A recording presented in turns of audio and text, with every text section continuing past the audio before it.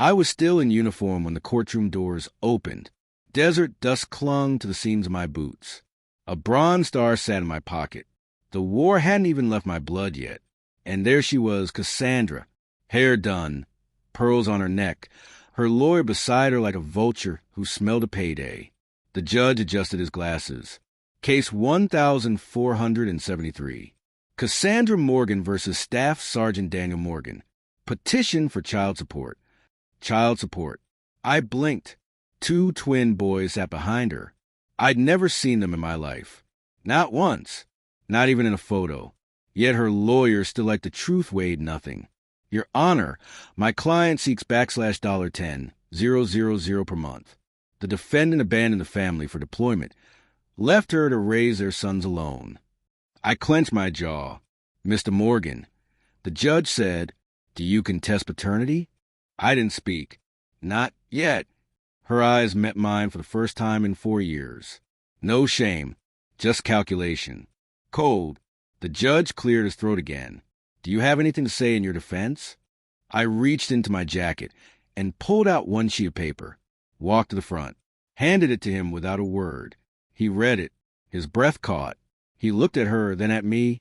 "Marshal," he said, voice low and tight, "lock down this courtroom immediately." Her lawyer's folder slipped from his hands. The courtroom door slammed shut. Military police entered. Cassandra's smile vanished. We were high school sweethearts. I was the quiet kid from Arkansas who enlisted the day I turned 18. She was a pretty girl who said she'd wait. She wore my dog tags the day I deployed to Fallujah. Said she prayed for me every night. Said she couldn't sleep without my hoodie. I came home after the first tour and bought her a ring. After the second, I found her pregnant. "Miscarriage," she said. Tour 3 fell off. She didn't answer calls. Money vanished from our joint account. She said she was depressed. Said I didn't understand what it was like to wait. I told her I'd be home soon. She didn't look thrilled. By the 4th deployment, we barely spoke.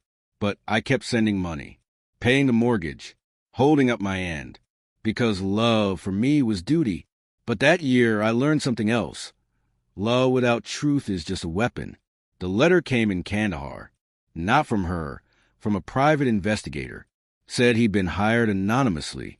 He sent photos, videos, her with another man, then another, and another, 5 different men, different years. The twins were born while I was stationed in Syria. The math didn't even come close. She'd also been signing for a military housing allowance as my spouse while living in another man's house. And her lawyer helped file the fake dependency claims. Fraud. The paper I handed the judge wasn't just a paternity test. It was a full investigation summary, compiled with military intel, sealed, and it named names. I didn't scream. I didn't confront her. I planned. For 6 months after my last tour, I played dumb, sent her a few texts, reached out, then I baited the trap, got her lawyer to file the child support suit. I needed it public. I needed a courtroom, a sworn statement. And the second she committed perjury, claimed under oath those boys were mine, that's when the trap closed. The judge stood slowly, the paper trembling in his hand. "Mrs. Morgan," he said, "you are under investigation for federal fraud, perjury, and misappropriation of military funds." She turned pale.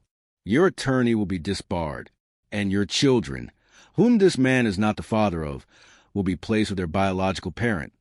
Pending review." Her scream cut through the courtroom. "You can't do this."